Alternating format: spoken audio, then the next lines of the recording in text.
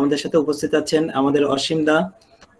আজকে উনি আমাদেরকে পড়াবেন এবং শেখাবেন। ধন্যবাদ। জিএমটির সম্মানিত এবং সুযোগ্য সেক্রেটারি ডক্টর মোহাম্মদ আব্দুল শুকুর ভাইকে, group on mind technique GMT আয়োজিত আজকের এই অনলাইন ক্লাসের সম্মানিত সভাপতি, আমার অত্যন্ত প্রিয় এবং শ্রদ্ধাভাজন দাদা ডক্টর বিপ্লব বিজয় হালদার, ওনার সরকারি হোমিওপ্যাথিক মেডিকেল কলেজে ওনার সান্নিধ্যে দীর্ঘ বছর আমি কাটিয়েছি এবং ওনার অনেক সহযোগিতা স্নেহ পেয়েছি। এবং জিএমটির সুযোগ্য এবং সম্মানিত সেক্রেটারি ডক্টর মোহাম্মদ আব্দুল শুকুর ভাই, জিএমটির অর্গানাইজিং সেক্রেটারি কাউসার আল মামুন ভাই এবং জিএমটির joint secretary doctor Yusuf Arafat ভাই সহ জিএমটি গ্রুপের সকল জেলার সম্মানিত সভাপতি এবং সেক্রেটারি সবাইকে আমার আন্তরিক শুভেচ্ছা এবং ভালোবাসা জানাই। এবং আরেকজন বিশেষ ব্যক্তি যার নাম আমি উল্লেখ করতে চাই, ডক্টর মোয়াজ্জেম হোসেন স্যার। ওনার সঙ্গে আমার ব্যক্তিগত তেমন পরিচয় নেই, কিন্তু এই অনলাইন ক্লাসে উনি প্রায় সংযুক্ত থাকেন এবং দেবাশিস স্যারের মাধ্যমে ওনার সাথে আমার একটা সরাসরি না হলেও পরোক্ষ একটা যোগাযোগ হয়েছে।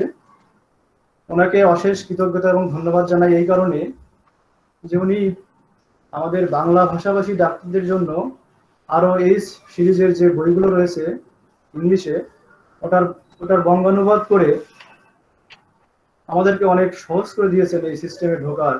ওই বইগুলো না পড়লে তো আসলে সেগাস মেথড বোঝা যায় না। ওনাকে অসংখ্য ধন্যবাদ জানাই।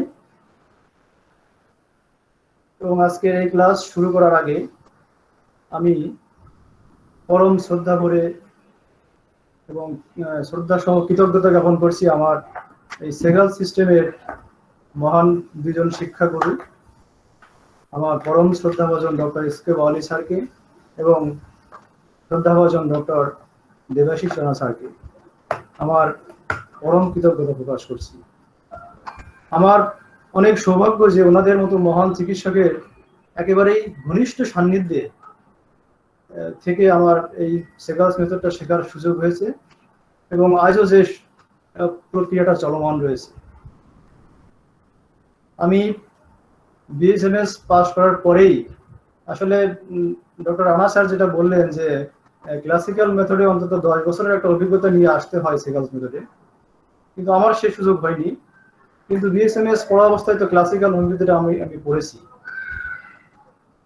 যা হোক, দীর্ঘ 15-16 বছরের অধিক আমি এই সেগাস মেথডে আছি। আমার প্র্যাকটিসটাই এই সেগাস মেথড দিয়ে শুরু হয়েছে। এই দীর্ঘ বছরে অনেক কি বলবো সফলতা ব্যর্থতা মিলে বহু কিছুই রয়েছে। আজকে আমি একটি কেস শেয়ার করতে চাই। আমরা দি নিউ লাইট অফ হোমিওপ্যাথি গ্রুপে স্যার এবং আমি দুজন ক্লাস নিচ্ছি নিয়মিত। সেখানে আমরা এই সাকসেসফুল কেস শেয়ার করছি। এটা ভেবে যে আমরা মনে করেছি যে এই কেস শেয়ারিং এর মাধ্যমে একটা কমপ্লিট প্যাকেজ কিন্তু যারা শিখতে চায় তাদেরকে দেওয়া যায়। এমন বিষয়টা যেখানে আমরা একটা রোগীর কথোপকথন অর্থাৎ কেস টেকিংটা আমরা শো করতে পারছি এবং সেই রোগীর ভার্সন থেকে কিভাবে রুব্রিক নির্বাচন করতে হয় এবং গ্রুপ অফ রুব্রিক থেকে কিভাবে ওষুধ নির্বাচন করতে হয়, এরকম একটা কমপ্লিট প্যাকেজ কিন্তু এখানে আমরা দেখাতে পারছি। যারা বিচক্ষণ ডাক্তার তারা এর থেকে অনেক কিছু শিখে নিতে পারে আমি মনে করি। আজও আমি একটি কেস শেয়ার করব। তার আগে একটি মূল্যবান কথা বলতে চাই যে সেগাস মেথডে অত্যন্ত গুরুত্বপূর্ণ একটি বিষয় হলো কেস টেকিং। যথাযথ কেস টেকিং না হলে সঠিক জায়গায় পৌঁছানো সম্ভব নয়, একটা সিঙ্গেল রেমেডিতে পৌঁছানো সম্ভব নয়। কেস টেকিং যদি সঠিকভাবে সুসম্পন্ন না হয় তাহলে তো অনেক রুব্রিক নেওয়া যাবে, কিন্তু একটা সিঙ্গেল মেডিসিনে কিন্তু আশা হয়ে ওঠে না। কিভাবে একটা যথাযথ কেস টেকিং নিতে হয় এই বিষয়ে আমার অনেক যারা জুনিয়র আছেন তারা আমাকে রিকোয়েস্ট করেছেন যে আসলে এই বিষয়ে কিছু বলতে। কেস টেকিং একটা সম্পূর্ণ আর্ট, এটা আর্ট, এটা শেখানো খুব কঠিন। কারণ পৃথিবীতে যত মানুষ তত প্রকার, কিন্তু ঠিক তেমনি আমাদের হোমিওপ্যাথিক সিস্টেমটাই কিন্তু ওরকমই, ইন্ডিভিজুয়ালাইজেশন, হোমিওপ্যাথির প্রাণ। প্রত্যেকটা পেশেন্ট যেমন স্বতন্ত্র, প্রত্যেকটা ওষুধই তেমনি স্বতন্ত্র। এই স্বতন্ত্র পেশেন্ট যারা আমাদের কাছে আসেন, এক একজন এক এক ভাবে এসে কথা বলেন, তার কথাগুলো প্রকাশ করেন, কেউ কারোর মতো করে বলে না। এই জন্য একটা নির্দিষ্ট ছক কিন্তু এখানে বা একটা সিস্টেম বলা কঠিন। একটা গাইডলাইন দেওয়া যেতে পারে, কিন্তু একটা ছক করে দিলাম যে এই ছকেই কেস টেকিং করতে হবে, এটা হয় না। এটা একটা আর্ট, এটা আসলে চর্চা করতে করতে শিখতে হয় অভিজ্ঞতা থেকে। হোমিওপ্যাথিক ফিলোসফি এবং সেগালস ফিলোসফি সম্পর্কে একটা সম্যক ধারণা থাকতে হবে, এবং সর্বোপরি আমাদের এই সিস্টেম অর্থাৎ মাইন্ড সেকশনের সকল রুব্রিক সম্পর্কে মোটামুটি ধারণা থাকলে তবে একটি যথাযথ কেস টেকিং করা সম্ভব হয়। আমরা অনেক ক্ষেত্রে ব্যর্থ হই যথাযথ কেস টেকিং এর করতে না পারার কারণে, রোগীকে বুঝতে না পারার কারণে আমরা ব্যর্থ হই।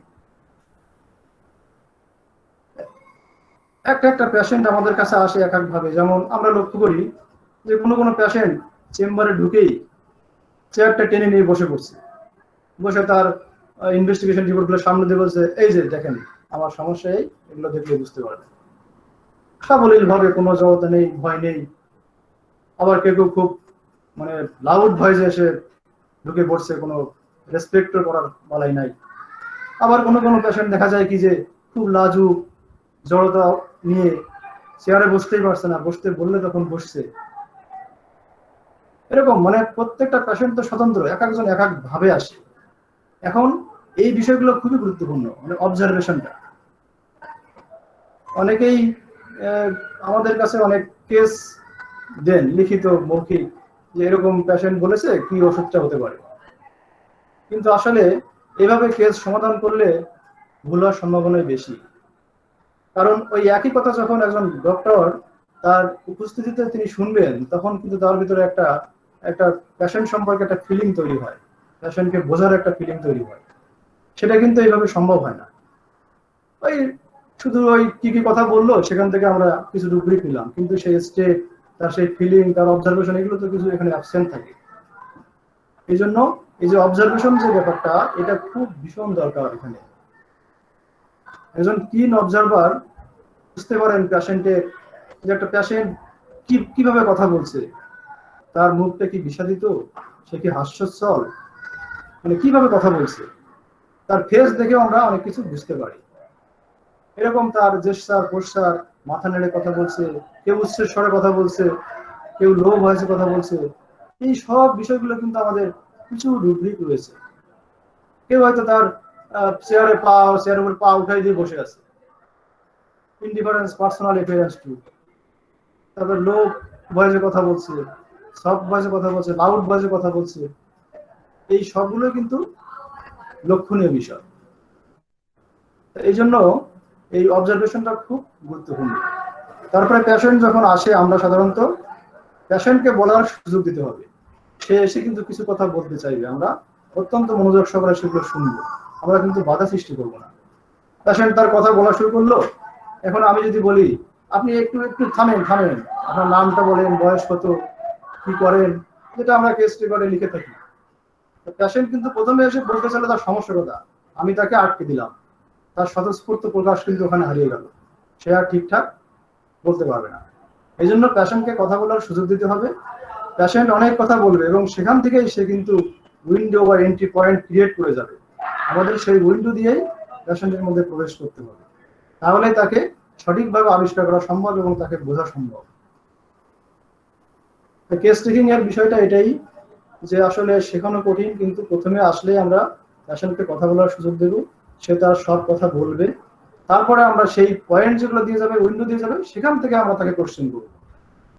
কোশ্চেনিংটা অনেক গুরুত্বপূর্ণ বিষয়। কোশ্চেনিং করে একটা পেশেন্টের কেসটাকে আমরা কিন্তু ভিন্নমুখী করতে পারি। এই জন্য আমার মতো করে আমি ভাববো না, আমরা পেশেন্টের ওয়েতেই চলবো, এটাই সঠিক উপায়। এখানে রুব্রিক সম্পর্কে অনেক জ্ঞান থাকারও ভীষণ প্রয়োজন, কারণ পেশেন্ট অনেক কথা বলে, সেগুলোকে তাৎক্ষণিক সমাধান করতে হয়। যে পেশেন্টের একটা কথা বললো, তার পিছনে কিন্তু অনেক কথা থাকে। যেমন কোনো পেশেন্ট বললো যে আমার এই কাটাকাটি অপারেশনে আমার খুব ভয় করে, আমরা কিন্তু ফিয়ার অপারেশন সহজে নিতে পারি, কিন্তু শুনতে হবে যে তার অপারেশনের ভয়টা কেন। হয়তো কোনো একটা ফিমেল পেশেন্ট, তার ইউটেরাসে টিউমার রয়েছে বা ওভারিতে টিউমার রয়েছে, সে অপারেশনে ভয় পাচ্ছে। দেখা গেল তার ভয়টা কিন্তু ওই কাটাকাটিতে নয়, কাটাকাটি করলে তার যে একটা সন্তান জন্মদানের যে ক্ষমতা, সেটা তাকে হাত তুলতে পারে, তাকে ডিজেবলড হতে হবে, ইম্পর্টেন্সি হতে হবে, এই ভয়ে সে অপারেশন করছে না।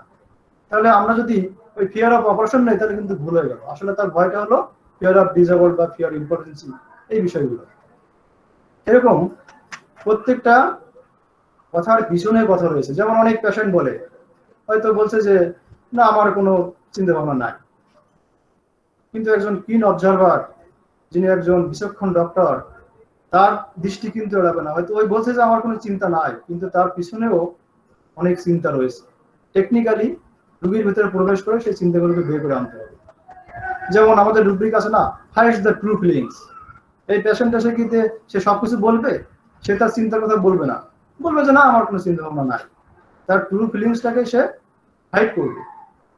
তাহলে হাইড দ্য ট্রু ফিলিংস নিয়ে কোনো পেশেন্ট আসলে, তাহলে আমরা তো কোনো চিন্তা ভাবনা নাই, ফ্রাইবুলাস বা ইন্ডিফারেন্স ভাবতে পারি, কিন্তু না, এখানে কিন্তু আসলে বিচক্ষণতার ব্যাপার রয়েছে, অভিজ্ঞতার ব্যাপারটা থেকে যায়। আরো এরকম অনেক রুব্রিক রয়েছে। আমরা যেমন একটা পেশেন্ট তার কথার মধ্যে হাসছে, হয়তো একটা খুব সিরিয়াস বিষয় বলছে, সেটাকে হাসি দ্বারা লাইট করে দিচ্ছে, মানে হাসি দিয়েই তার সেই সিরিয়াস বিষয়টাকে সে ঢেকে রাখছে। এরকম অবজারভেশনের বহু রুব্রিক কিন্তু আমাদের রয়েছে। এই বিষয়গুলো আমরা ক্রমাগত প্রয়োগ করার চেষ্টা করবো, বোঝার চেষ্টা করবো, এবং রুগীকে দেখার, সেভাবে দেখার একটা দৃষ্টি আমাদেরকে তৈরি করতে হবে। এইভাবেই আমরা সাধারণত কেস রেকর্ড করে থাকি। পেশেন্টটাকে সমস্ত কথা শোনার পরে আমরা বিবেচনা করবো যে প্রত্যেকটা পেশেন্ট একটা মেন্টাল স্টেটে থাকে, সেই স্টেটটা আমরা প্রথমে নির্ধারণ করার চেষ্টা করবো যে পেশেন্টটা কোন স্টেটে আছে। সেই স্টেট থেকে রুব্রিকগুলো নিলে সব থেকে সহজ এবং সুন্দরভাবে কেস সমাধান করা যায় এবং সফলতা আসে। আর যে বিষয়টা আমাদের সব থেকে দেখতে হবে যে পেশেন্ট আমাদের কাছে কিভাবে আসলেন, কেন আসলেন, আমাদের কাছে এসে তার চাওয়াটা কি, এই বিষয়গুলো খুব, এই প্রশ্নের সমাধানগুলো কিন্তু পেতে হবে। আর যে বিষয়টা একটু আগে স্যার বললেন যে প্রেজেন্ট, প্রিডমিনেটিং এবং পারসিস্টিং যে বিষয়টা, পেশেন্ট অনেক কথা বলবে, অনেক কথা বলবে, সব কথা থেকে আমরা রুব্রিক নেব না। আমরা শুধুমাত্র বিবেচনা করব পেশেন্টের প্রেজেন্ট, প্রিডমিনেটিং এবং পারসিস্টিং বিষয়গুলোকে, যেটা একটু আগে স্যার বললেন সুন্দর করে, প্রেজেন্ট কি, প্রিডমিনেটিং কি, পারসিস্টিং কি, এটা আমরা অনেকেই জানি, এই বিষয়ে কথা বলবো না। এইভাবেই একটা যথাযথ কেস টেকিং হলে, তাহলেই কিন্তু আমরা সঠিক লক্ষ্যে পৌঁছতে পারবো, অর্থাৎ পেশেন্টের জন্য একটি উপযুক্ত যথার্থ ওষুধ নির্বাচন আমরা করতে সক্ষম হব। তো এবার আমি আমার সেই কেসে ফিরে যাচ্ছি। এই কেসের মাধ্যমেও দেখুন, মানে যে ইন্ডিভিজুয়ালাইজেশনের কথা বললাম, এই কেসের কিন্তু তা প্রকাশ পেয়েছে, এবং এখান থেকে অনেক কিছু শেখার আছে আশা করি। একটি মেন্টাল ডিসঅর্ডারের পেশেন্ট, আমরা অত্যন্ত মনোযোগ সহকারে কিন্তু সব কথাগুলো শোনার চেষ্টা করব এবং পেশেন্টকে বোঝার চেষ্টা করবো। অর্থাৎ যে কথাটা আমরা জেনেছি যে ফিল দ্য পেশেন্ট, পেশেন্টকে ফিল করতে হবে আসলে কি বলতে চাইলো। The case of a mental disorder patient is 32 years, married, issue 1। 32 বছরের একটি ছেলে, বিবাহিত, একটা তার মেয়ে, তাকে নিয়ে আসছে তার বড় ভাই। দেখুন এসে তিনি কি বললেন। চেম্বারে এসে তিনি বসছেন তার ভাইয়ের সাথে, একটু অ্যাগ্রেসিভ মুড তার। আমি তাকে কোশ্চেন করলাম কি সমস্যা। তখন পেশেন্ট বলছে আমি আর কি বলবো, যে আনছে তার কাছে শুনে।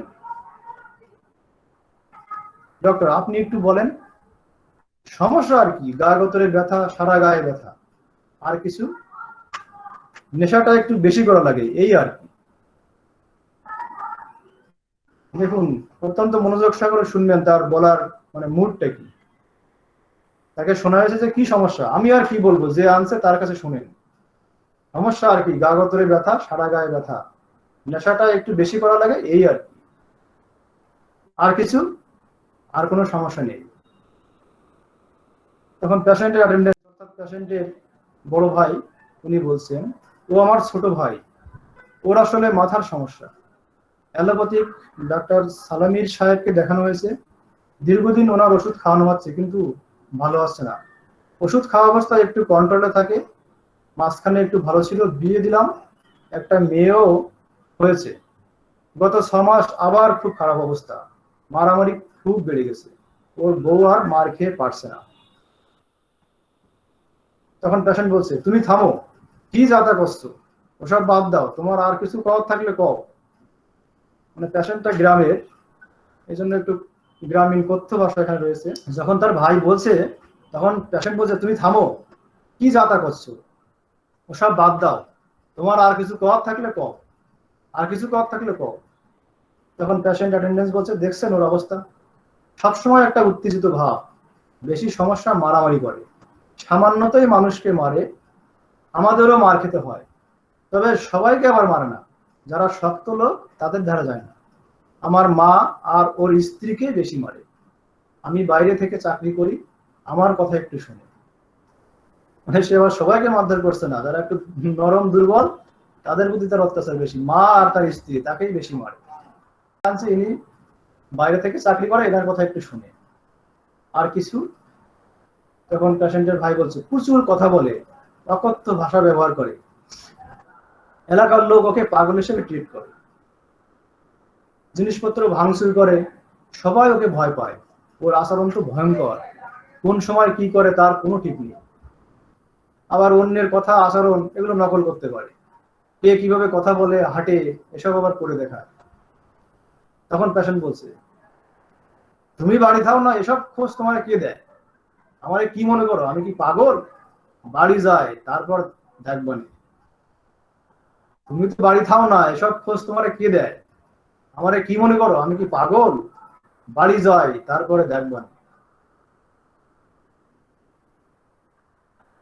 তখন পেশেন্টের ভাই বলছে, কেউ কিছু বললে এরকম বলে, তো দেখে নেব, প্রচুর বিড়ি সিগারেট খায়। তখন আমি শুনছি, দিনে কতটা খান? তখন পেশেন্ট বলছে, দিনে 8-10 প্যাকেট তো লাগে। লাফিং হাসি দিচ্ছে, নিজে কিনি, লোকে দেয়। তখন পেশেন্টের ভাই কি বলছে যে 1-2 প্যাকেট হয়তো খায়, ও এরকম অতিরিক্ত কথা বলে, মানে যা না তার থেকে বেশি করে এসে বলে। আপনার আর কিছু বলার আছে? পেশেন্ট বলছে, বলা কওয়া শেষ। পেশেন্ট অ্যাটেন্ডেন্স কি বললো, অ্যালোপ্যাথিতে তো বহুদিন দেখালাম, ভালো তো হলো না, এই জন্য হোমিওতে আসলাম, যাতে স্বাভাবিক জীবন যাপন করতে পারে, এই আর কিছু বলার নেই। এটাই পেশেন্টের কিন্তু খুব কথা কম, এখানে কেসটাকে কিন্তু এখানে শেষ। দেখুন এখানে পেশেন্ট কিন্তু খুব কম কথাই বললেন, কয়েকটা কথা মাত্র, আর কথা বললেন পেশেন্টের ভাই। তবে যে কথা আমি একটু আগে বলছিলাম যে প্রত্যেকটা কেস কিন্তু স্বতন্ত্র, এখানে একটা স্বতন্ত্রতা প্রকাশ পেয়েছে, যে এখানে পেশেন্টের কথা খুব কম, সে খুব অ্যাগ্রেসিভ মুডে আছে, সে কথা বলতে বেশি একটা চাচ্ছে না, তার ভাই বেশি বললো, আর সে দু একটা মাঝে মাঝে কথা বললো। এই কথাটুকু আমরা শোনার পরে এবং তাকে অবজার্ভ করলাম, সে খুব অ্যাগ্রেসিভ মুডে আছে। এই কেসটা আমরা নেওয়ার পরে আমরা এখন একটা বিশ্লেষণ করবো যে এখান থেকে আমরা কি পেলাম, কোন স্টেটে এই পেশেন্টটি আছে। আমরা প্রথমে স্টেট নির্বাচন করব, এই পেশেন্টটা কোন স্টেটে আছে এবং সেই স্টেট থেকে সে কি বলবে, তাকে আমরা বোঝার চেষ্টা করি। এখানে পেশেন্টের ভাই তাকে বেশি ইন্ট্রোডিউস করে দিয়েছে যে সে খুব মারামারি করে এবং অকথ্য ভাষায় গালিগালাজ করে, আর বেশি মারে হলো তার মা এবং তার স্ত্রীকে, কারণ তারা একটু নরম, আর এই যারা একটু শক্ত তাদের কাছে সে যায় না বেশি। আর প্রচুর সিগারেট খায়, ধূমপান করে, আর এক্সেসিভ কথা বলে, অতিরিক্ত কথা বলে। আর কি পেলাম যে সে অন্য মানুষের কথা হাঁটা চলা এগুলো আবার খুব একটু মানে এগুলো করে দেখায় যে ও তো এইভাবে হাঁটে, ও তো এইভাবে কথা বলে, এই বিষয়গুলো করে। আর এলাকার লোকজন তাকে তো পাগল হিসেবে ট্রিট করে। পাগলদের সাধারণত কি করে, লোকজন তো একটু খেপানোর চেষ্টা করে, তখন ও এগুলো করে মজা পায়, এই বিষয়। তা আমরা এবার একটু অগ্রসর হই। এই পেশেন্টের স্টেটটা আমরা আগে নির্বাচন করি। দেখুন, আমি তার স্টেটটা নির্বাচন করলাম ইনসেনিটি, এবং ফার্স্ট রুব্রিকটা আমি নিলাম insanity crazy person behaves like a crazy person. ইনসেনিটিটা কেন নিলাম? What is insanity? Unsoundness of mind or lack of the ability to understand that prevents one from having the mental capacity required by law. Seriously mentally ill, extreme folly or unreasonable, and unable to live in normal society. কি ইনসেনিটির মিনিংটা কি হয়? যে আনসাউন্ডনেস of mind, মনের একটা অসুস্থ বা বিশৃঙ্খল অবস্থা, যেখানে তার বোঝার ক্ষমতাটা কম থাকে, যে কারণে সে যে এই সামাজিক যে বিধিবিধান রীতিনীতি আছে, যে কালচার আছে, সেটার সঙ্গে সে অ্যাডজাস্ট করে চলতে পারে না, এই সক্ষমতা তার নেই। সে মানসিকভাবে সিরিয়াসলি অসুস্থ এবং বোকা, unreasonable and unable to live in normal society, মানে অযৌক্তিক, যুক্তিহীন, এবং সে নর্মাল সমাজে তার বাস করার কোনো সক্ষমতা নেই। এটা হলো ইনসেনিটি। অর্থাৎ বাংলায় আমরা যেটাকে বলি একটা পাগল বা পাগলামি, একটা উন্মাদ অবস্থা, এটা insanity. What is crazy? Mentally unbalanced or deranged, foolish, not sensible or logical, very enthusiastic। একটা মানসিক আনব্যালেন্সড মানে একটা অনিয়ন্ত্রিত অবস্থা, বিশৃঙ্খল অবস্থা, বোকা, সে তার বিচার বুদ্ধি সেভাবে নেই, এবং সে একটা উগ্র স্বভাবের, এটা হলো ক্রেজি। এটা অ্যাগ্রেসিভ মুড সবসময়। পেশেন্টের ভাই বলেছে না, ওকে সবাই ভয় পায়, কোন সময় কি করে ফেলে তার কোনো ঠিক নাই, লোকে ভয় পায়, সামান্য কারণে কাউকে ধরে মার দিল, এটাই হলো ক্রেজি পারসন। এই জন্য rubric insanity crazy person behaves like a. Second rubric নিয়েছি ইনসেনিটি লোকুয়াসিয়াস। ইনসেনিটি আমরা জানলাম একটা পাগলামি, একটা উন্মত্ত অবস্থা। Loquacious tending to talk a lot or too much, অনেক বেশি কথা বলে, এটা আমরা সবাই জানি। বাচাল যারা অনেক বেশি কথা বলে, সেটা হলো লোকুয়াসিয়াস। কোন স্টেট থেকে সে বলছে? ইনসেনিটি স্টেট থেকে, কিন্তু সে এত অতিরিক্ত কথা বলছে, এই জন্য রুব্রিক নেওয়া হয়েছে ইনসেনিটি লোকুয়াসিয়াস। নেক্সট রুব্রিক নিয়েছি striking hitting behaviour. Striking hitting behaviour. What is striking? To hit, attack someone, something hard or with force. কাউকে বা কোনো কিছুকে আঘাত করা বা আক্রমণ করা, উইথ ফোর্স, জোরের সঙ্গে এবং নিষ্ঠুরভাবে কাউকে আক্রমণ বা আঘাত করা, এটা হলো স্ট্রাইকিং। স্ট্রাইকিং এর আরেকটা মিনিং আছে, সেটা এখানে প্রযোজ্য নয়, তারপর আমি নিয়ে এসেছি attracting attention by reason of being unusual, extreme or prominent. ওই যে আমরা বলি না স্ট্রাইকিং সিম্পটম, মানে খুব আকর্ষণীয়, লক্ষণীয়, যেটা খুব এক্সট্রিম, যেটা প্রমিনেন্ট, যেটা সেটা অ্যাট্রাক্টিং। কিন্তু এখানে প্রযোজ্য এই ফার্স্ট মিনিংটা, to hit, attack someone, something hard or with force, অত্যন্ত জোরের সঙ্গে বা নিষ্ঠুরতার সঙ্গে কাউকে আক্রমণ বা আঘাত করা। আমার পেশেন্টের মধ্যে এটা কিন্তু প্রবল ভাবে আছে। পেশেন্টের ভাই বললেন কি, যে ও সবসময় মারামারি করে, ওর মাকে মারে, স্ত্রীকে মারে, বা অন্যান্য লোকজনদেরকে সে মারে। এই জন্য খুবই যথাযথভাবে এই রুব্রিকটা কিন্তু এখানে আসে, স্ট্রাইকিং হিটিং বিহেভিয়ার, এবং এটা তার কিন্তু একটা প্রিডমিনেটিং অবস্থা, সবসময় এই অবস্থা কিন্তু আছে, সে মারামারি করেই চলছে। প্রথম কথাই যে ও প্রচুর মারামারি করে, এই জন্য একটা প্রিডমিনেটিং অবস্থা কিন্তু এটা। Next rubric ডিস্ট্রাকটিভনেস। What is ডিস্ট্রাকটিভনেস? causing or capable of causing a lot of harm, injury or damage। কোনো ক্ষতি অথবা নষ্ট করা, এটা সে কারণ হয়ে ওঠে। এই পেশেন্ট বলছে, পেশেন্টের ভাই কি বলছে, অনেক ভাঙচুর করে, একটু লেগে ঠেকে গেলে, ওর মা কিছু বললে, স্ত্রী কিছু বললে খুব ভাঙচুর করে, সবকিছু একবার ভেঙে চুরমার করে ফেলে। দিস ইজ ডিস্ট্রাকটিভনেস, একটা ধ্বংসাত্মক অবস্থা, ডিস্ট্রাকটিভনেস। নেক্সট রুব্রিক নিয়েছিলাম abusive, very rude and using offensive language, one who puts to misuse anything. Abusive মানে আমরা সাধারণত কি জানি বাংলায়, একটা গালিগালাজ, একটা বাজে কথা, যা বিশ্রী ভাষা, যেটা সেটাই আমরা অ্যাবিউসিভ হিসেবে দেখি। কিন্তু সেকেন্ড মিনিং আরেকটা রয়েছে, one who puts to misuse anything, যে কোনো কিছুর অপব্যবহার করে। যেমন কারোর অবস্থা, মানে পাওয়ার আছে, তার পদমর্যাদা আছে, বা কোনো ভাষার ব্যাপার হোক, তার অপব্যবহার করে। যে এখানে আমার পেশেন্ট অপব্যবহার করছে তার ভাষার, অফেন্সিভ ল্যাঙ্গুয়েজ সে ইউজ করে। বলছে যে কি, তার ভাই যে প্রচুর গালিগালাজ করে, অকথ্য ভাষায় কথা বলে। এই জন্য রুব্রিকটা খুব ইজি, এটা abusive. Next rubric protesting. Protesting meaning কি, the expression of disapproval or objection to something. তার এক্সপ্রেশনটা কি হবে, ডিসঅ্যাপ্রুভাল, অসমর্থন, অথবা অবজেকশন। অবজেকশন মানে প্রতিবাদ, টু সামথিং, কোনো কিছুতে একটা প্রতিবাদ বা সমর্থন করবে না। এটা কেন নিয়েছে দেখুন, আমার ওই পেশেন্টের ভাই যখন বলছিল যে এটা করে ওটা করে, তখন বলছে, কি বলছিল, ওসব বাদ দাও, কি করছো ওসব, যা তা কি করছো, তোমার অন্য কিছু বলার থাকলে সেগুলো বলো। মানে উনি যেটা বলছিল সেটাকে সে বাধা সৃষ্টি করলো। প্রোটেস্টিং মানে একটা প্রতিবাদ করা, প্রতিবন্ধকতা সৃষ্টি করা। তার ভাইকে তার সম্পর্কে কথা বলতে সে বাধা দিল, প্রতিবাদ করলো, কি করছো যা তা।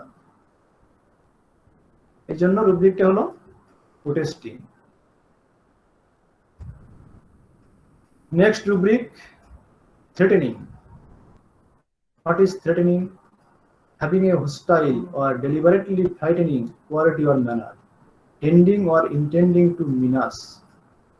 থ্রেটেনিং মানে আমরা সবাই জানি, এটা খুব প্রচলিত ওয়ার্ড, একটা শাসানি, একটা হুমকি দেওয়া। Having a hostile or deliberately frightening quality মানে সে ইচ্ছাকৃতভাবে একটা ভীতিকর একটা অবস্থা তৈরি করে। এই হলো তার স্বভাব, বা এটা তার মানে স্বভাবগত একটা ব্যাপার। এটা হলো threatening. Tending or intended to menace. Menace হলো একটা ভীতিকর, ভীতি প্রদর্শন করে। টেন্ডিং মানে প্রবণতা, ইন্টেন্ডেড মানে লক্ষ্য। এই একটা প্রবণতা, ভীতিকর কিছু সৃষ্টি করা, তার একটা লক্ষ্য বা প্রবণতা। তা আমার পেশেন্ট কোথা থেকে এই থ্রেটেনিংটা আসলো, যখন তার ভাই তাকে বলছিল, অনেক কথা বলছিল সম্পর্কে, সিগারেট খায়, তখন সে বলল, বাড়ি যাও, বাড়ি আগে যাই, তারপর দেখবানে। তখন তো বলছো সব, বাড়ি চলো, তারপরে দেখবানে। মানে এটাই হলো থ্রেট। বাড়ি গেলে সে হয়তো একটা অ্যাকশন নেবে, সেটাই সে প্রকাশ করলো কিন্তু। এবং তারপরে তার ভাই কি বললো, যে ও এরকম কিছু বললে এরকম হুমকি দেয়, যে তোর আমি দেখে নেবো, তোর যা করার আমি করে নেবো, এরকম কথা সে প্রায়ই বলে। এটা তার ভাই কিন্তু পরে বলছে, আর তার ভাইকেই কিন্তু তখনই সে হুমকি দিয়ে দিল, যে বাড়ি চলো, তারপর দেখবানে। এই জন্য থ্রেটেনিং। নেক্সট রুব্রিক হলো morphinism. What is morphinism? An addiction to morphine. সহজ কথা, মরফিন ইজ আ অ্যাডিকশন বা আসক্তি রয়েছে। A disease condition caused by habitual or addictive use of morphine. এটা একটা মরফিনিজম, একটা রোগজ অবস্থা, যেখানে কি কারণে হচ্ছে, এটা caused by habitual or addictive, অভ্যাসগত বা আসক্তিপূর্ণ একটা যে মরফিনের ব্যবহার। মরফিনটা কি? মরফিনটা হলো একটা ড্রাগ আছে, যেটা ওপিয়াম থেকে তৈরি হয়, অর্থাৎ আফিম থেকে তৈরি। এটা অ্যানালজেসিক, অথবা মানে ব্যথা বেদনা নাশকারী, অথবা চেতনা নাশক এই ওষুধ কিন্তু আছে, যেটা আফিম থেকে তৈরি হয়। এই জাতীয় কিছু বিষয় রয়েছে যেগুলোতে মানুষ আসক্তি হয়, এডিক্টেড হয়, এবং ওইটা নিলে, ওইটা গ্রহণ করলে সে কিছু ফিজিক্যাল প্লেজার বা একটা মেন্টালি প্লেজার তার আসে। এটাই মরফিনিজম। তাহলে এখানে কেন প্রযুক্ত হলো এই রুব্রিকটা? আমার পেশেন্ট তো খায় তো বিড়ি সিগারেট, এখানে বিড়ি সিগারেট খায় এমন রুব্রিক তো আমাদের রেকর্ডটিতে নেই।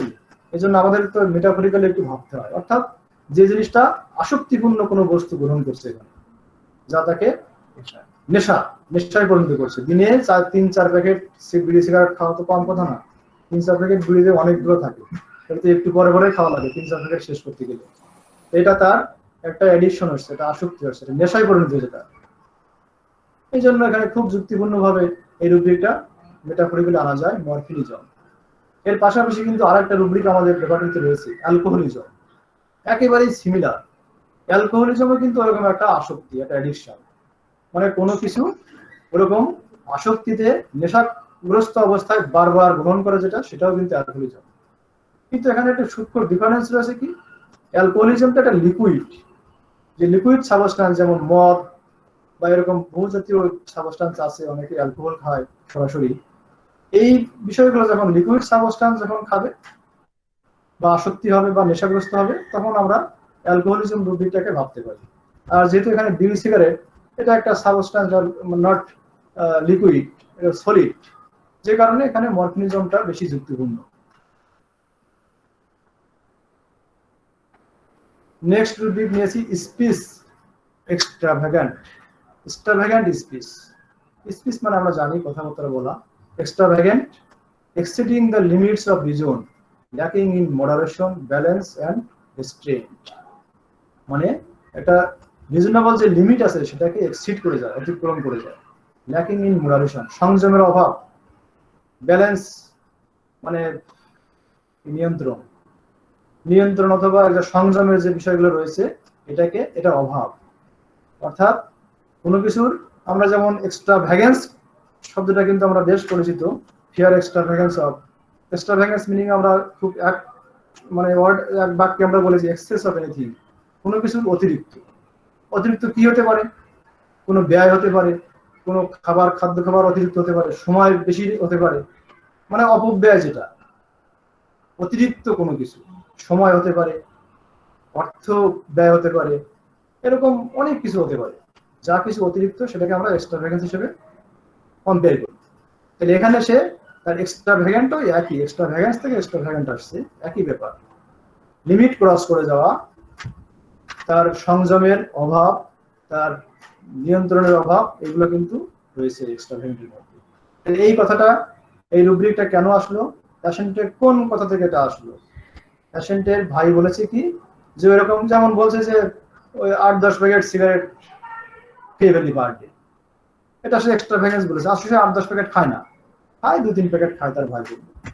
তখন তার ভাই কি বললো, ও এরকম অতিরিক্ত কথা বলে, মানে যে বিষয়টা যেরকম তার থেকে অনেক বেশি বলায় কথা বলে। এই যে বাড়িয়ে কথা বলা, এটা হলো স্পিচ এক্সট্রাভ্যাগেন্ট।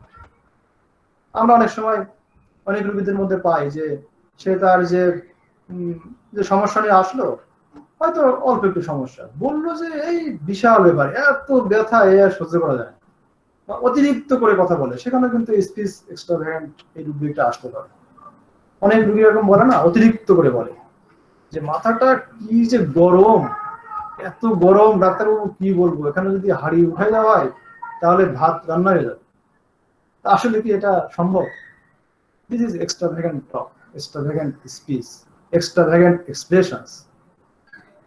এটা হলো স্পিচ এক্সট্রাভ্যাগেন্ট আমার প্যাসেঞ্জের মধ্যে ছিল। Next to be hard for inferiors and kind for superiors. Hard for inferiors and kind for superiors, বিষয়টা কেমন?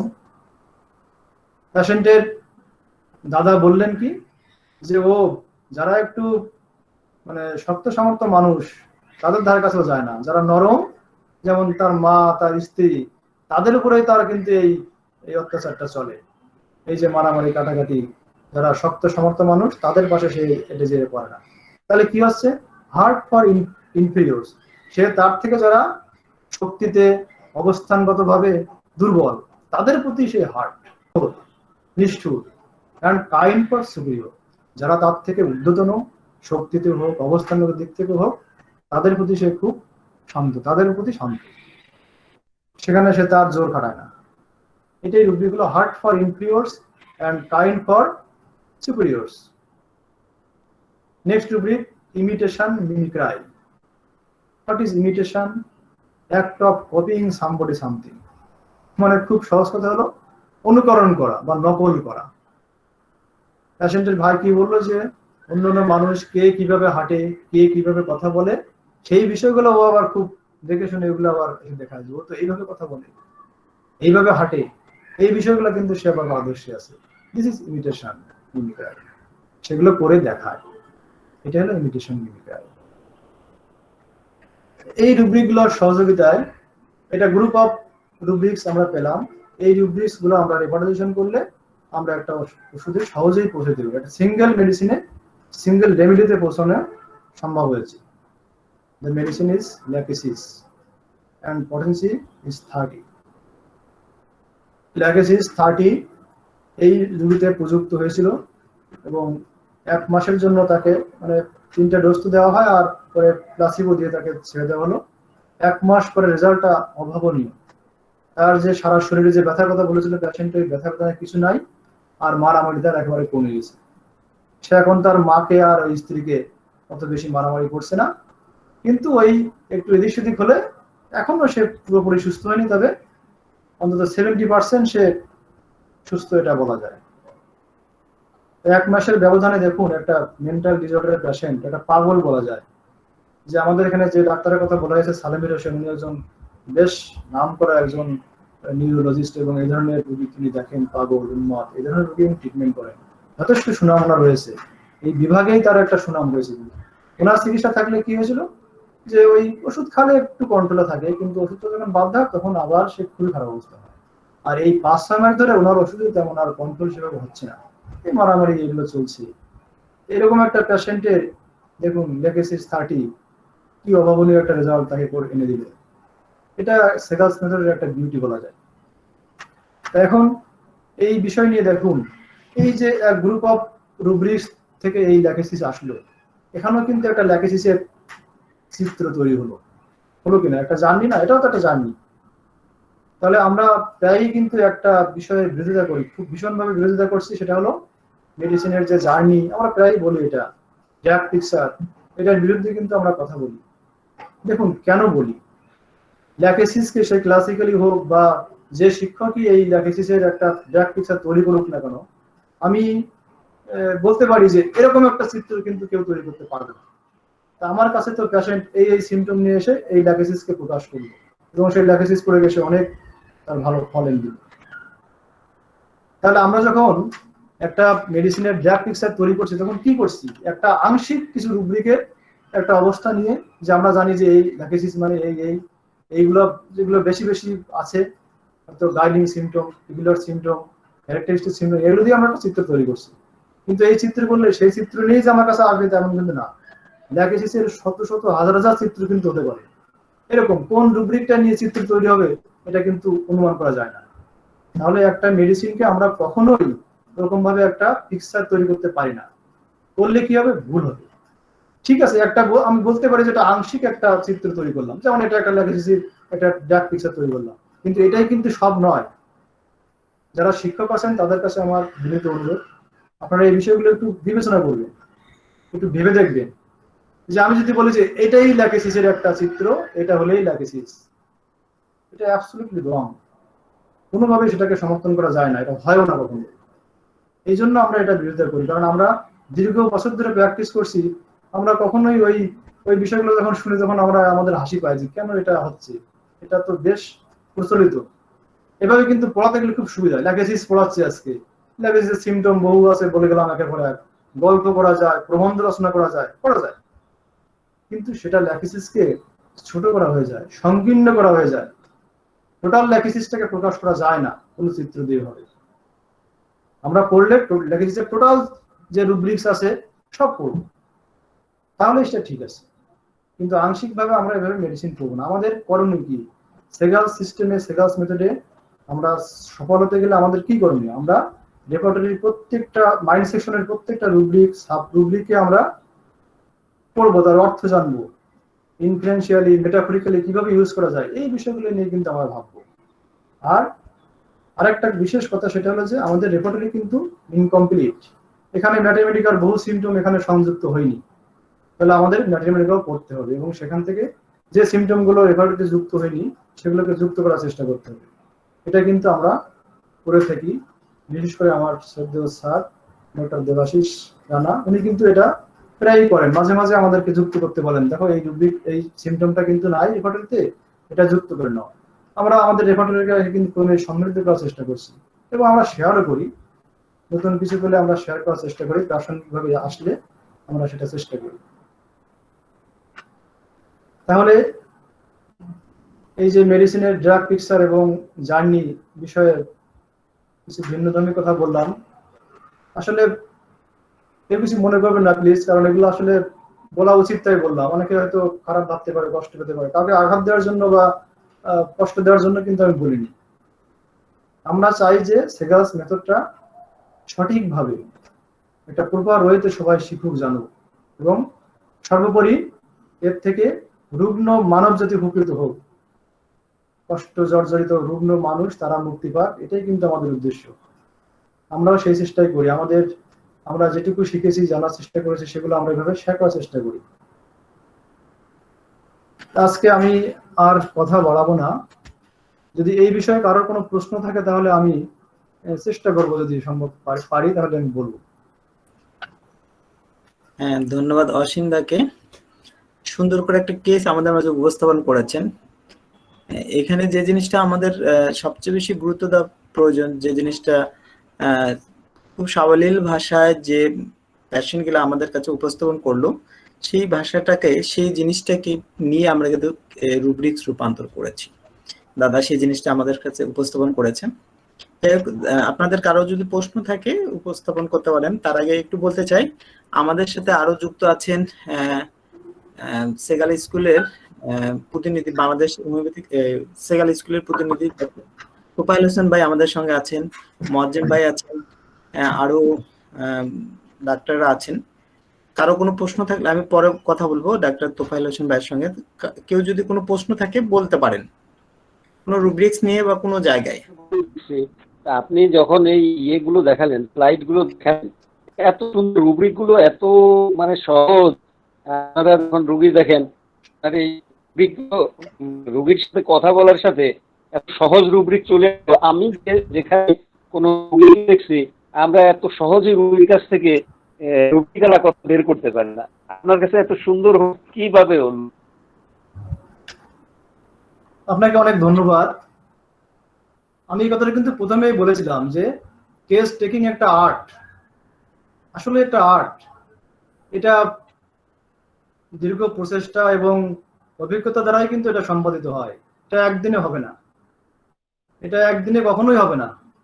এই জন্য ক্রমাগত প্রচেষ্টা চালিয়ে গেলে এবং সঠিক হয়তে, বিশেষ করে হোমিওপ্যাথিক ফিলোসফি জানতে হবে। সেগালস মেথডের যে ফিলোসফি রয়েছে, এই ফিলোসফিক্যাল পার্টগুলো আপনাদেরকে জানতে হবে। এখানে কিন্তু অনেক দিক নির্দেশনা রয়েছে, যেটা আমরা আমাদের এই যে নিউ লাইট অফ হোমিওপ্যাথি ব্যানারে আমরা যে ক্লাসগুলো নেই, এই ক্লাসে আমার স্যার নিয়মিত কিন্তু এই ফিলোসফিক্যাল লেকচার দিতেন। কিন্তু আমি কেন জানি না, একটা মানে বৃহৎ সংখ্যক পার্টিসিপেট বা ডক্টররা এটাকে কেমন যেন একটু বাঁকা চোখে দেখতেন, যে এটা শুনে সময় নষ্ট হচ্ছে, এটা কেন আমরা শিখবো রুব্রিক, আমরা শিখবো রুব্রিকের মিনিং, ভার্সন থেকে কিভাবে রুব্রিক নেওয়া যায়, এগুলো। কিন্তু আমিও এটা এই প্রসঙ্গে অনেক কথা বলেছি। ফিলোসফি ছাড়া কখনোই ভালো জানা ছাড়া কখনোই ভালো ডাক্তার সম্ভব নয়। কিন্তু অনেকের অ্যালার্জি রয়েছে। সবার কাছে বিনীত অনুরোধ, আপনারা এই সেগালস মেথডের ফিলোসফিক্যাল যে পার্টটা রয়েছে, এটা খুবই ভালো করে জানতে হবে। এবং শুধু সেগালস মেথডের ফিলোসফি নয়, হোমিওপ্যাথিক যে ফিলোসফি গুলো রয়েছে, কেন্টের ফিলোসফি, তারপরে ভিসেলকাসের ফিলোসফি, এই ফিলোসফিক্যাল নলেজ গুলো কিন্তু ভীষণ দরকার হোমিওপ্যাথিতে। এটা না হলে কি হবে, আমরা কিছু রুব্রিক শিখলাম, আমার পরিচিত অনেক ডাক্তার আছে, তাদের হোমিওপ্যাথিক জ্ঞান মানে এটা বলতে কেমন, তবু বলতে হচ্ছে হোমিওপ্যাথির জ্ঞান আমি মনে করি জিরো। কিন্তু তারা এই বিভিন্ন সেমিনার, বিভিন্ন ক্লাস করে করে অনেক রুব্রিক শিখেছে, এবং কম নয়, সেটাও কম না। এটা করে তারা রুগী দেখছে, কিছু কিছু সফলতাও আছে, কিন্তু ব্যর্থতাও কিন্তু আছে। কিন্তু যখন তারা বিপদে পড়বে, মানে এই কেস ওষুধ নির্বাচন করলাম, কাজ হলো না, তখন কি হবে? আমি তো আমার মতো করে একটা কেস নিলাম, রুব্রিক নিয়ে ওষুধও সিলেকশন করলাম, কিন্তু আমার সিলেক্টিভ রেমেডিতে কোনো কাজ হলো না, রেসপন্স করলো না। এখন আমার কি করণীয়? তাহলে আমাকে নেক্সট স্টেপে কি করতে হবে? এই শিক্ষা, এই জ্ঞান আমাকে কে দিবে? ফিলোসফি দিবে, ফিলোসফিতে সব বিষয় রয়েছে। এই জন্য হোমিওপ্যাথিক ফিলোসফি, সেগালস ফিলোসফি এগুলো জানলে আর ক্রমাগত লেগে থাকলে, চর্চা করলে এইভাবে কেস রেকর্ড বারবার করা যাবে, এভাবে সফল হওয়া যাবে। ধন্যবাদ আপনাকে। দাদা এখানে আমরা কি অ্যাঙ্গার ইন্টারাপশন ধরতে পারতাম, বা তার মধ্যে একটা জেলাসি ভাবও বোঝা গেল? কোথায় জেলাসি পেলেন একটু বুঝিয়ে বলুন। জেলাসি মানে ওই প্রথমে বললাম অ্যাঙ্গার ইন্টারাপশন, তার মতের বিপরীতে যখন বলল তার ভাই, তখনই রাগ হয়ে গেল। আমার বাড়িতে আমি দেখাই দেব না। দেখুন এখানে আগে আপনাকে অ্যাঙ্গার বুঝতে হবে, ইন্টারাপশন বুঝতে হবে। What is interruption? ইন্টারাপশনটা কি? ইন্টারাপশনটা মানে বাধা।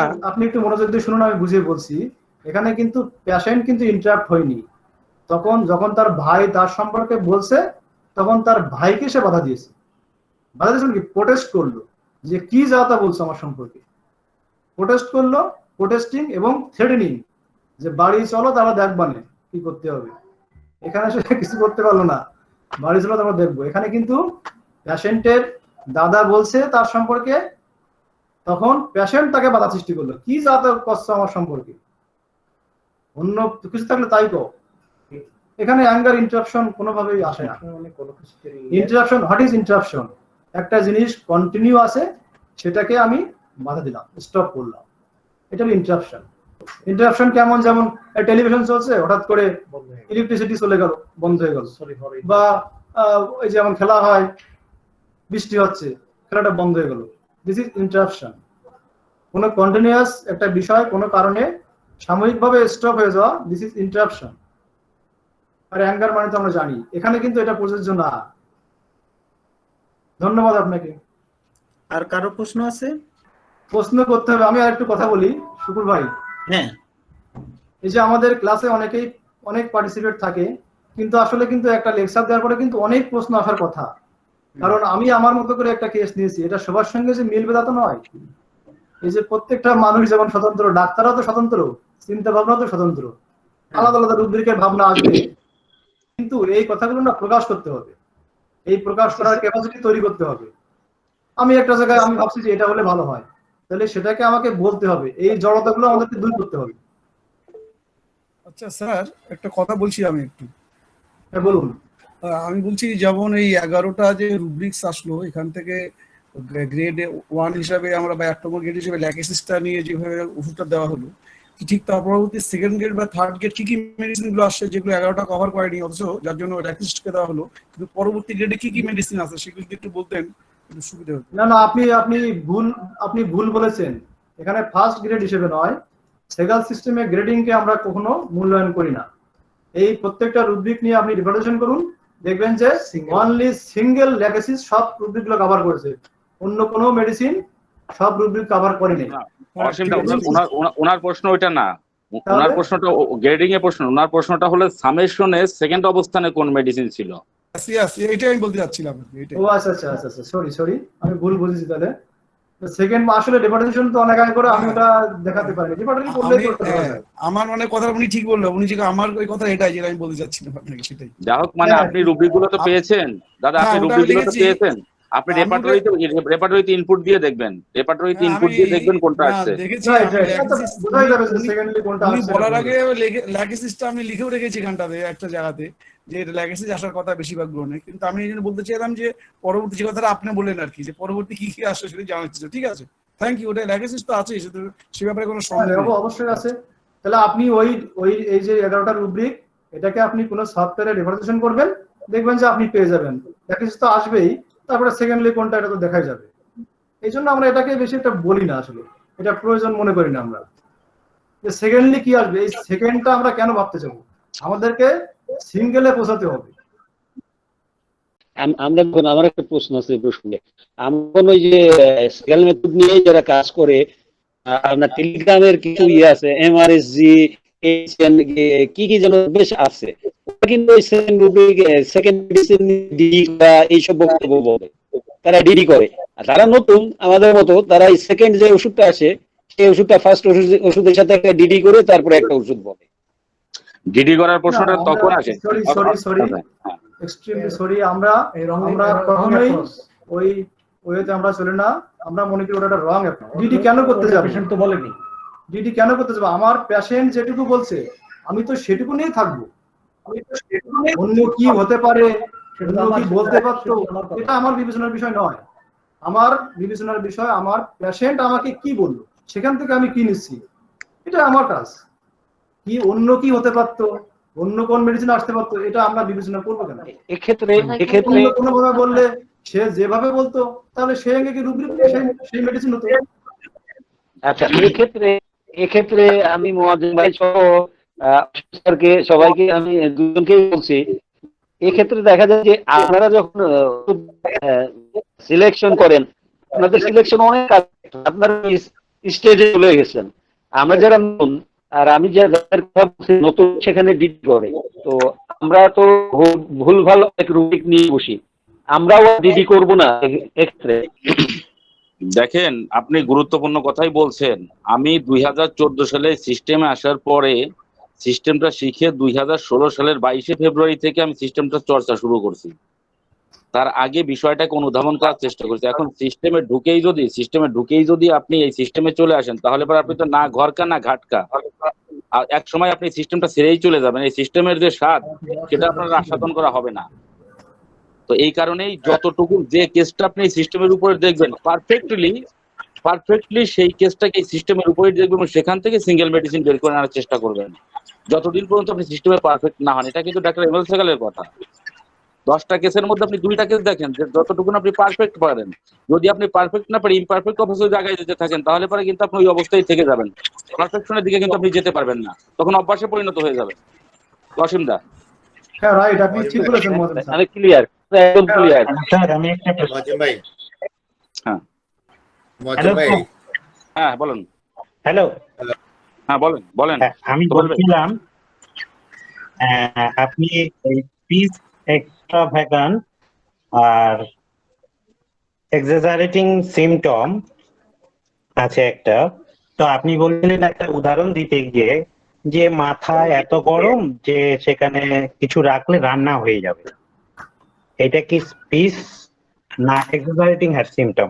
এটা এক্সাজারেটিং আর সিম্পটমস, এটাই বেশি appropriate। এখানে একটা সামান্য ডিফারেন্স আছে, কিন্তু আপনি যখন বলেছেন স্পিচ এক্সট্রাভ্যাগান্স এর রেসপেক্টে কিন্তু উদাহরণটা দিয়ে ফেলেছি, তাহলে এখানে আমাদের একটু ডিডি করা উচিত যে কোনটা স্পিচ এক্সট্রাভ্যাগান্স আর কোনটা এক্সাজারেটিং আর সিমটম। এটা কিন্তু দুভাবেই ভাবা যাবে।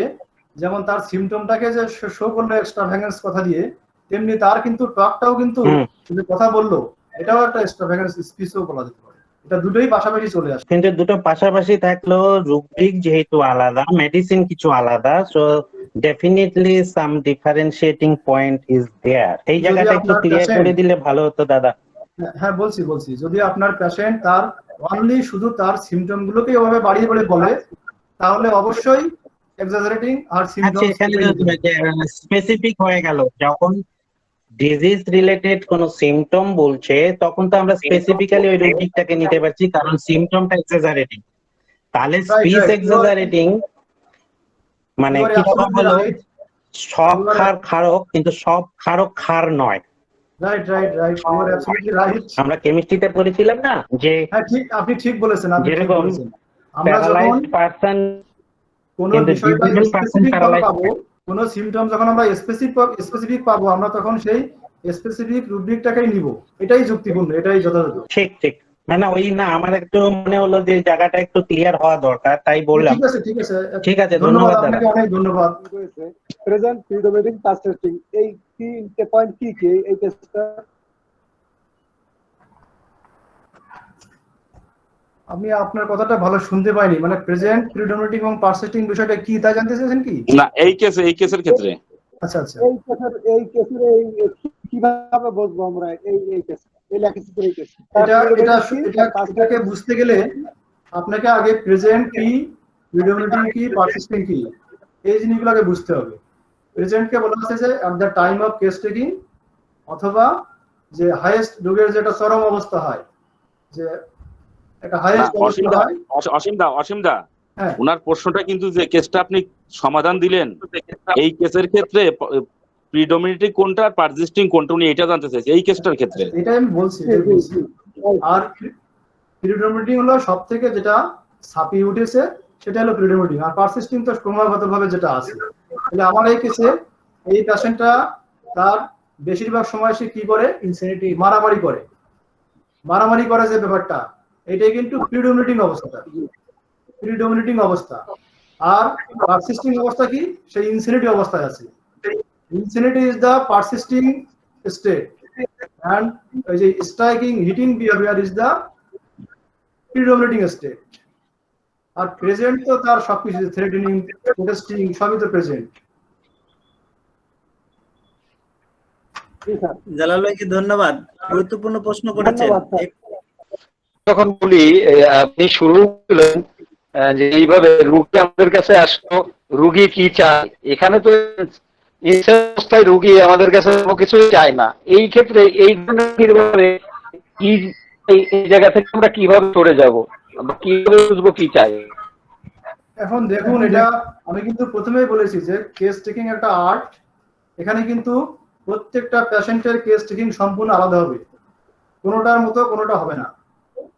তাহলে আপনার কথা থেকেই বলতে হয়, অনেক পেশেন্ট আছে আনকনসাস অবস্থায় আমাদের কাছে আসলো, কথাই বলতে পারে না, তাহলে সে কি চাইবে আমাদের কাছে?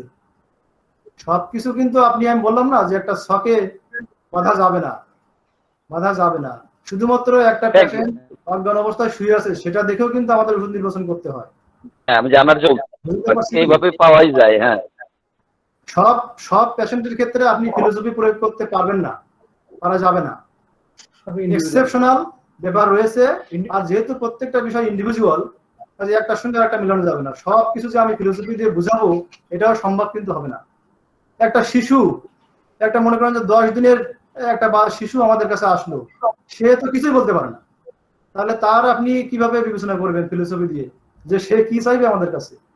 সে তার বাবা মা, তার আপনজন যারা আছে তারা যা বললো সেটা দিয়ে কিন্তু আমাদের ওষুধ নির্বাচন করতে হয়, সেটাও কিন্তু ইফেক্টিভ। অনেক মিরাকল রেজাল্ট আছে, 4 দিন 5 দিন 10 দিন 15 দিনের শিশু যখন আমাদের কাছে নিয়ে আসে, আমরা অবজারভেশন করে শুধুমাত্র তার ওষুধ নির্বাচন করে কিন্তু অনেক ক্ষেত্রে সফল। সেখানে কিন্তু আপনার ওই ফিলোসফিক্যাল, ওই কেস রেকর্ডের ওই বিষয়, এগুলো কিন্তু এখানে আনা যাবে না। একেবারে স্বতন্ত্র একটা আর্ট, এটা বিবেচনা করতেই হবে। থ্যাংক ইউ পারভেজ ভাই। আমি আচ্ছা, ওই আগে যেটা কথা বলা হলো এক্সট্রাভ্যাগান্স, এটা তো এখানে রুব্রিক্সটা ঠিকই আছে, তাই না? এটা ওয়ান সাইড, মানে যদি একা একা কথা বলে, একজন যদি নিজেই কথা বলে, অতিরিক্ত কথা বলে, তা রোগীটা নিজে এবং অতিরিক্ত কথা বলে, এইটা স্পিচ এক্সট্রাভ্যাগান্স, এটা তো ঠিকই আছে। আর এক্সাজারেটিং সিমটমস আর যেটা, যে কোনো ব্যাপার, রোগের ব্যাপারে যে কোনো ব্যাপারে সে অতিরিক্ত বাড়িয়ে বলে, তখন বাড়িয়ে বলে, অতিরিক্ত বাড়িয়ে বলা, ওইটা আমরা এক্সাজারেটিং সিমটম হাসি। আর এখানে যেটা আপনি নিলেন, এটা তো শুধু রোগী শুধু বলতেছে, হ্যাঁ ওয়ান সাইড। এখানে তো রুব্রিক স্পিচ এক্সট্রাভ্যাগান্স, হ্যাঁ, সবকিছু অতিরিক্ত বলে, বাড়ায় বলে, বেশি কথা বলে, ঠিকই আছে। আর যদি দুই সাইড হতো তাহলে টকিং আসতো। এটা যেহেতু এক সাইড, ওই শুধু রোগীটাই একাই বলি যাচ্ছে, এই জন্য এটা স্পিচ এক্সট্রাভ্যাগান্স ঠিক আছে। এবং রোগী তো এখানে খুব কম কথা বলছে, এখানে সে কম কথা বলেছে, কিন্তু সে তার বাড়িতে কিন্তু ঠিকই বলে। এবং বললাম না যে পরিবেশ সিচুয়েশনে কিন্তু মানুষের অবস্থা পরিবর্তন হয়। সে বাইরে অনেক অ্যাগ্রেসিভ মুডে ছিল, তার যে ভাইটা তাকে নিয়ে আসছে ওই ভাইটাকে তিনি একটু ভয় পায়, ওই যে heart for inferior and kind for superior, এই ভাইটাকে উনি ভয় পায়, এই জন্য ওনার সামনে উনি একটু সংযত, কিন্তু মুডটা অ্যাগ্রেসিভ, মানে যে কোনো সময় বেরিয়ে যেতে পারে রুম থেকে, এরকম একটা ব্যাপার ছিল তার মধ্যে। রাখবেন, আমরা যখন পেশেন্টের কেস অ্যানালাইসিস করব তখন স্টেটকে প্রাধান্য দিয়ে অন্যান্য সিমটমস গুলো কি আসছে, আমরা প্রত্যেক সিমটমই আসে তার স্টেট থেকে, এবং একটা সিমটমকে অথবা একটা রুব্রিককে পেশেন্টের ভিতরে যে শিরোপা পাবে প্রেজেন্ট, পারসিস্টিং এবং প্রিডোমিনেটিং, তাকে নির্বাচন করতে হবে যে কোনটি পিপিপি। সব সিমটম গুলো নিয়ে না, কিন্তু এইটা হলো প্রিডোমিনেটিং হলো, এইটা প্রেজেন্ট হলো, এইটা পারসিস্টিং হলো, তা নয়। কিন্তু একটাকে আমাকে সেই শিরোপা দিতে হবে, কোনটি নির্বাচন করতে হবে যে কোনটি পিপিপি হয়েছে, প্রেজেন্ট, পারসিস্টিং এবং প্রিডোমিনেটিং। সে তো বর্তমানেই রয়েছে, সেটা প্রথম থেকে শেষ অব্দি রয়েছে এবং সব থেকে ছাপিয়ে উঠেছে। এই কেসের ভিতরে যেটা নেওয়া হয়েছে সেটা হচ্ছে insanity behaves like a crazy person. এই রুব্রিকটাই হচ্ছে এই কেসের পিপিপি। কেননা সে যেই আচরণ করুক না কেন, ওই মারামারি করুক, বকাবকি করুক, থ্রেট করুক, সবার কাছে মনে হবে যে আচরণটি ভিতরে একটু সমস্যা আছে, এটা নর্মাল আচরণ নয়। তাহলে এই কেসের ভিতরে যে শিরোপাটি পাবে পিপিপি, এই তিনটা পি পাবে হচ্ছে insanity behaves like a crazy person. সবাইকে ধন্যবাদ, জাস্ট এই কথাটাই। হ্যাঁ, ধন্যবাদ স্যার, ক্লিয়ার করে এখানে দিয়েছেন। মনে হয় আরেকটু কথা যোগ করা যেতে পারে স্যারের সঙ্গে, যে কোনো পেশেন্টের ক্ষেত্রে একটা রুব্রিকই পিপিপি হতে পারে, আবার কোনো পেশেন্টের এক বা একাধিক রুব্রিকই কিন্তু পিপিপির মর্যাদা পেতে পারে। একটা না, হয়তো দুটা বা তিনটা মিলেই কিন্তু পিপিপি হতে পারে, এটাও হতে পারে। স্যার একটু বলুন। আমি বলি সেটা, যেটা কথা বলা হলো সেটা আমরা কিন্তু এটাকে এইভাবে ধরেছি, যেমন একটা কয়েন, একটা পেজ, খেয়াল করে শুনুন সবাই, কিন্তু ওর দুটো পিঠ, হ্যাভিং টু সাইডস, একটা কয়েনের ওর দুটো সাইড রয়েছে। ঠিক তেমনি আমরা যাকে বলবো যে ওটাও পারসিস্ট করছে, ওটাও প্রিডোমিনেট করছে, একটাকে একটা কোনোভাবে ছাড়তে পারছি না, তখন আমরা এই সম্পর্কটা নাম হচ্ছে অবিনাভাবী সম্পর্ক। একটাকে ছাড়া অন্যটা ভাবা যায় না। সেজন্য আমরা ওইভাবে সিমটম গুলো নিয়েছি যে এটা রয়েছে আর এটা, যেমন প্রচুর পরিমাণে তার ভয়টা রয়েছে। কিসের ভয়?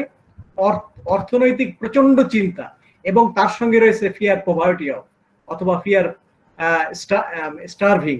এই স্টারভিংটা একেবারে ছাপিয়ে উঠছে। যদি টাকা পয়সা না থাকে তাহলে কি করবো, আমার দিন রাত চিন্তা, কোথায় টাকা পাবো, কার কাছে টাকা পাবো, কিভাবে সংসার চালাবো, টাকা না পেলে তো একেবারে সংসার ধ্বংস হয়ে যাবে।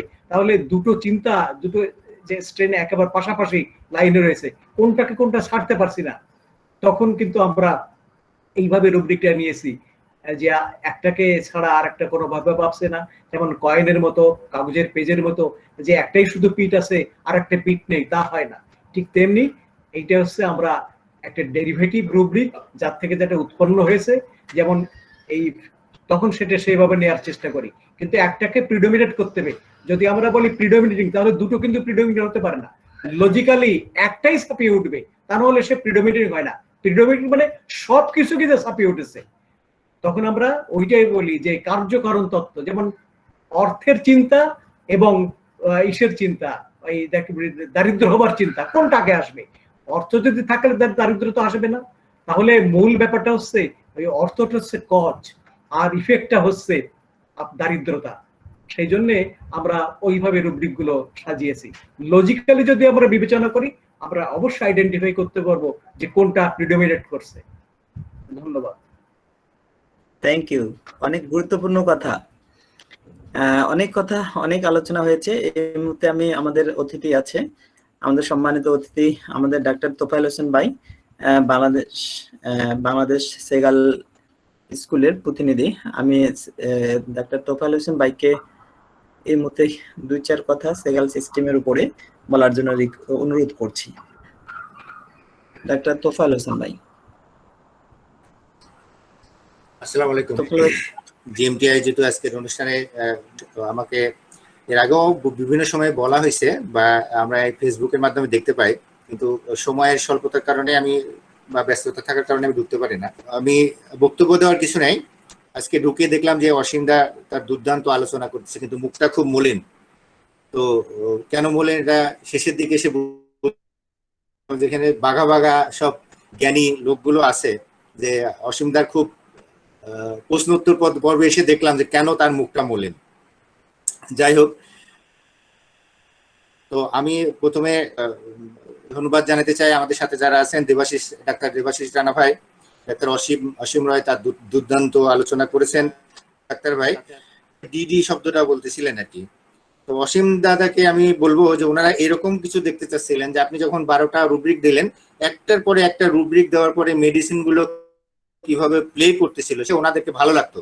বিভিন্ন সেমিনারে ওনারা যেভাবে দেখে অভ্যস্ত, এইভাবে যদি আমরা প্রত্যেকটা রুব্রিক নেওয়ার পরে গ্রাফটা যদি দেখাইতে পারতাম তাহলে ওনারা খুব খুশি হতেন আর কি।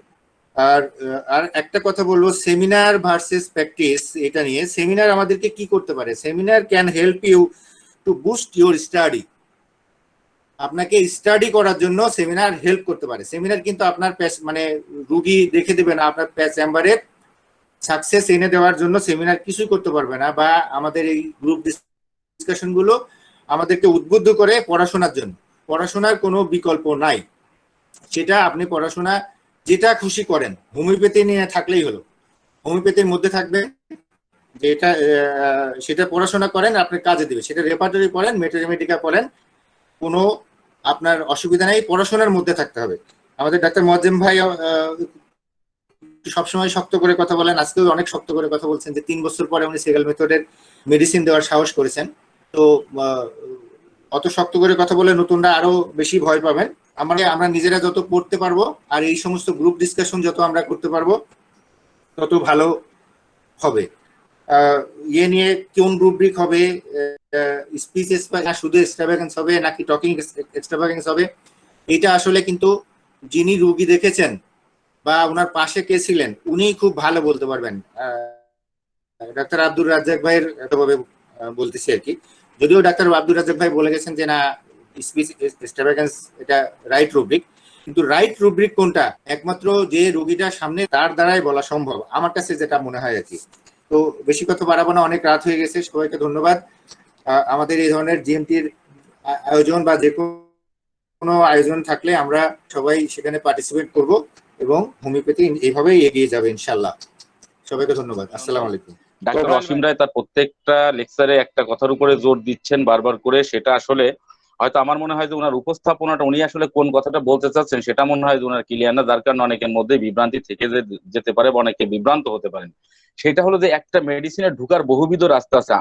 ডাক্তার অসীম আজকে লেখেছে যে চিত্রটা তুলে ধরলেন, কালকে ডাক্তার দেবাশিস, ডাক্তার শুকুর কিংবা ডাক্তার বিপ্লব বিজয়ী হালদার কিংবা আমি বা অন্য যে কেউ, ডাক্তার তোফায়েল হোসেন, যে কেউ আবার ল্যাকেসিস পড়াতে যায় সেখানে একটা কেস আলোচনা করতে যায়, সে অন্য দিক দিয়ে ঢুকলো। তার মানে আজকে লেকচারটা যেভাবে করলেন, আমি সেইভাবেই রুগী আমার কাছে আসবে, আমি সেইভাবেই তাকে ওষুধ দেবো, এই চিন্তা ভাবনাটা মাথা থেকে ঝেড়ে ফেলার কথাটাই ডাক্তার অসীমের কথা। আমি যতটুকুন তার আলোচনায় এতদিন ধরে যা বুঝছি, যে আমি কিভাবে রুগী দেখলাম। এমএল সেগেলের একটা কথা আছে যেটা ডাক্তার দেবাশিস বারবার করে স্মরণ করে দেওয়ার চেষ্টা করেন, সেটা হলো যে follow me then not follow me. আমাকে ফলো করো তবে আমাকে অন্ধের মতো অনুসরণ করো না, কথাটা কিন্তু এরকমই বলার চেষ্টা করেছেন। অর্থাৎ উনি যে সিস্টেমটা দেখিয়েছেন সেই সিস্টেমটা থেকে কিভাবে রুব্রিককে চিনতে হবে, কিভাবে পেশেন্টকে চিনতে হবে সেটাকে ফলো করো। কিন্তু রুগী দেখার সময় এমএল সেগালকে ফলো করার দরকার নাই। রুগী দেখার সময় উনি যে সিস্টেমটাকে বলেছেন, যে পথটা বলেছেন, সেই পথ ধরে আমাদের এগিয়ে যেতে হবে। এটাই আসলে সেগাল মেথডের সবচেয়ে গুরুত্বপূর্ণ কথা। এবং গুরুত্বপূর্ণ কথা হলো এটাই। আরেকটা কথা ডাক্তার যোগেশ সেগাল সেদিন বলেছেন যে আপনাকে ততটুকুনি অর্জন করতে হবে যাতে করে 5 মিনিটের ভিতরে আপনি একটা রুগীকে আপনি অনুধাবন করতে পারেন। সেটুকু যদি অনুধাবন করতে হয় তাহলে আমাদেরকে লেগে থাকতে হবে, আমাদেরকে সিস্টেমটা মাথার মধ্যে রেখে আমরা যেখানে যাই ঠিক সেই অবস্থায় আমাদেরকে মানুষের চরিত্রগুলোকে অনুধাবন করার চেষ্টা করতে হবে এবং সেগুলো বাসায় আসার পরে মিলিয়ে দেখতে হবে যে রেপার্টরির কোন জায়গায় সেটা যায়। যদি আমরা লেগে থাকি, যদি আমরা অধ্যবসায়ী হই এবং যদি আমরা পড়ুয়া হই, তাহলেই শুধুমাত্র আমাদের ক্লিনিক্যাল সফলতা আসবে। অন্যথায় কাউকে কপি করে সে সফল হয়েছে, ডাক্তার অসীম সফল হয়েছে এই কেসটা এরকম করে করে, ওই রুগী আপনার কাছে ওই ধরনের রোগ নিয়ে আসতে পারে কিন্তু সে তো ওই রকম ভাবে এক্সপোজ করবে, এটা যদি আশা করে থাকেন তাহলে ভুল করছেন। এরকম ভাবে কখনোই আসবে না। সুতরাং আমাদেরকে মূল সিস্টেমটা ধরে এগিয়ে যেতে হবে, কোনো কিছুকেই আমরা কপি করবো না। আমরা কপি করবো শুধু সেই জিনিসটাকে যেটা নিয়ম, যেটা রুল, সেগুলোই আপনি ব্যক্তি জীবনে ফলো করার চেষ্টা করেন, তাহলেই শুধুমাত্র আমরা সফলতায় পৌঁছাতে পারবো। আমার মনে হয় এটুকুনি বলা ছিল। সবাইকে ধন্যবাদ। আমি একটু বলে যেতে চাই, আমি এখান থেকে বিদায় নেব। অসীম দা খুব চমৎকার একটা কেস আমাদের সামনে উপস্থাপন করেছেন। আপনারা যারা একদম নতুন এই সিস্টেমে, তাদের কাছে একটু হয়তো কঠিন মনে হচ্ছে। আমি বারবার করে সবসময় বলি, আপনারা এই মুহূর্তে শুধুমাত্র জ্ঞানটা অর্জন করেন, জ্ঞানটা অর্জন করেন। আপনার কাছে আপনার ভান্ডারে যখন প্রচুর প্রচুর পরিমাণে অর্জন হয়ে যাবে, সেই দিন নিজেই ওই ভান্ডার থেকে আপনার অর্জিত সম্পদ নিজে লাফালাফি শুরু করবে, সেই দিনই আপনি সাকসেস হবেন। আর এখনই যদি আপনি এখনই লাফালাফি করেন, এই মনে হয় এরকম একটা কথা বলছে সঙ্গে সঙ্গে শুরু করে দিয়েছেন, তাহলে কিন্তু মিসগাইড হবেন, ফেল করবেন, তখনই কিন্তু আপনার এই আলোটা নিভে যাবে। যাই হোক, আমি আর কিছু বলবো না, আপনারা লেগে থাকেন, পার্সিভারেন্স করেন, অনেক সাকসেস আসবে, খুব ভালো কিছু হবে, ভালো কিছু প্রত্যয় নিয়ে আমি আমার বক্তব্য শেষ করছি। অনুষ্ঠানের শেষ পর্যায়ে আমি এই মুহূর্তে অসীম দাকে এবং দেবাশিস দাকে অসংখ্য ধন্যবাদ জানাচ্ছি। দেবাশিস দাকে আমরা ছাড়বো না, অসীম দাকে ছাড়বো না, কারণ তাদের কাছ থেকে এই রত্নগুলো আমাদের ভান্ডারে নিতে হবে। আমি সবসময় দেবাশিস দার ক্লাস করেছি, অনেক সাইকোলজিক্যাল ক্লাস করেছি, তারপরও মনে হয় যে এই রত্ন ছাড়া যাবে না। যাই হোক, আমি আমার সম্মানিত প্রেসিডেন্টকে আজকের সভাপতি শেষ বক্তব্য রাখার জন্য অনুরোধ করব। ডাক্তার বিপ্লব বিজয় হালদার দাদাকে, জিএমটি কে যেভাবে আগে নিয়ে যাচ্ছেন, সকল হোমিওপ্যাথ ডাক্তাররা আমরা একই কাতারে থাকি এবং হোমিওপ্যাথির উন্নয়নের জন্য আমরা একই কাতারে কাঁধে কাঁধ মিলে কাজ করি। ধন্যবাদ সকলকে, শুভরাত্রি। ধন্যবাদ আমাদের জিএমটির সেক্রেটারি ডক্টর শুকুর ভাইকে, অর্গানাইজিং সেক্রেটারি কাউসার ভাই এবং যারা অন্যান্য নেতৃবৃন্দ আছেন, ইউসুফ ভাই। আমি প্রথমে ধন্যবাদ জানাবো আমাদের সেগাল সিস্টেমের যে পথ প্রদর্শক, যে পথ দেখিয়েছেন বাংলাদেশের আমাদের শ্রদ্ধেয় দাদা, যিনি বেশ কিছুদিন পরে হলেও আমাদের জিএমটিতে এসেছেন এবং আমাদের বেশ কিছু কথা এবং বেশি মূল্যবান বক্তব্য রেখেছেন। আমাদের শ্রদ্ধেয় দাদা ডাক্তার দেবাশিস রানা দাদাকে ধন্যবাদ জানাচ্ছি। আমার ছোট ভাই হোমিওপ্যাথি কলেজের মেধাবী ছাত্র ডাক্তার অসীম রয়কে, যে এই সিস্টেমের উপরে একটি সুন্দর একটি কেস উপস্থাপন করেছেন এবং সবাই প্রাণবন্তভাবে কেসটা অবজার্ভ করেছেন। তো বিভিন্ন কথা অনেকেই বলেছেন, তোফায়েল ভাই, মোয়াজ্জেম ভাই যে কথাগুলো বলেছেন এবং আমাদের সেক্রেটারি শুকুর ভাই বলেছেন যে এই সিস্টেমটা শেখার জন্য পড়াশোনা করতে হবে, এর বাইরে কোনো সুযোগ নেই। আর যত পড়াশোনা করবেন, যত লেগে থাকবেন এর পিছনে, ততই সফলতা। এখানে একটা কেস শুনে সেই কেস অনুযায়ী রোগীর ওষুধ দেওয়ার কোনো সুযোগ এখানে নেই। তো আমরা এই সিস্টেমটা শেখার জন্য বেশি বেশি পড়াশোনা করব, সেমিনার করব। যারা আমাদের সাথে আজকে ছিলেন দীর্ঘক্ষণ ধরে, তাদের প্রতি কৃতজ্ঞতা জানাচ্ছি জিএমটির পক্ষ থেকে। এই কোভিড এর মধ্যে সবাইকে সেভ করব আমরা, স্বাস্থ্যবিধি মেনে। বাংলাদেশ এবং ভারতের যে অবস্থা, বাংলাদেশের থেকে ভারতের অবস্থা খুবই খারাপ। আমরা সবাই সচেতন থাকবো এবং ভারতে যারা রয়েছেন এই মুহূর্তে, আপনারা আপনাদের আত্মীয় স্বজন, পরিবার পরিজন নিয়ে ভালো থাকেন এবং আমরা সবার জন্য সবাই দোয়া করব এবং আমরা নিরাপদে থাকব। সবাইকে আজকের এই পবিত্র মাহে রমজানের সবাইকে শ্রদ্ধা এবং সবার প্রতি কৃতজ্ঞতা জানিয়ে আজকের এই ওয়েবিনার, আজকের এই সেমিনার অনলাইন শেষ করছি। সবাইকে ধন্যবাদ।